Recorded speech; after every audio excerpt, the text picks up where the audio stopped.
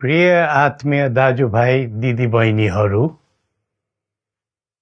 हामी नेपालीहरूको घर आँगनमा नयाँ वर्ष 2082 आइपुगेको छ। नयाँ घाम, नयाँ ज्योति, नयाँ उत्साह लिएर आएको नयाँ वर्षको उपलक्ष्यमा देश तथा विदेशमा रहे बसेका सम्पूर्ण नेपालीहरूको सुख र शान्तिको मङ्गलमय शुभकामना।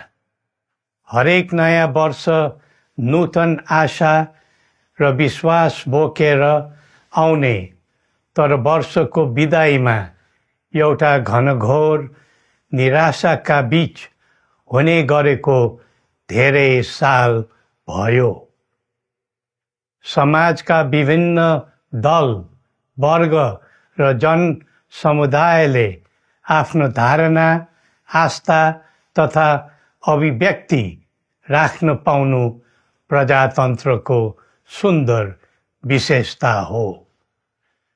तर त्यस्तो धारणा र मान्यता प्रस्तुत गर्दा सबैले संयम अपनाउनु पर्दछ।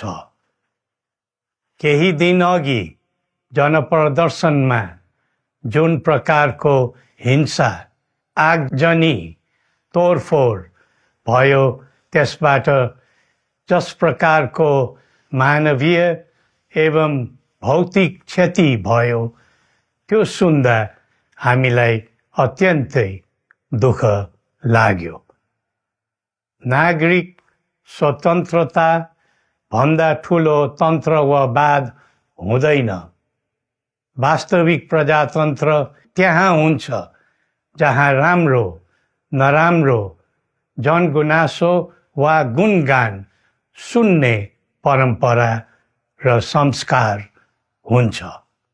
नेपाली जनतामा देश र भविष्यलाई लिएर जुन खालको जागरुकता पैदा भएको छ, त्यसलाई हामीले सकारात्मक रूपमा लिएका छौँ।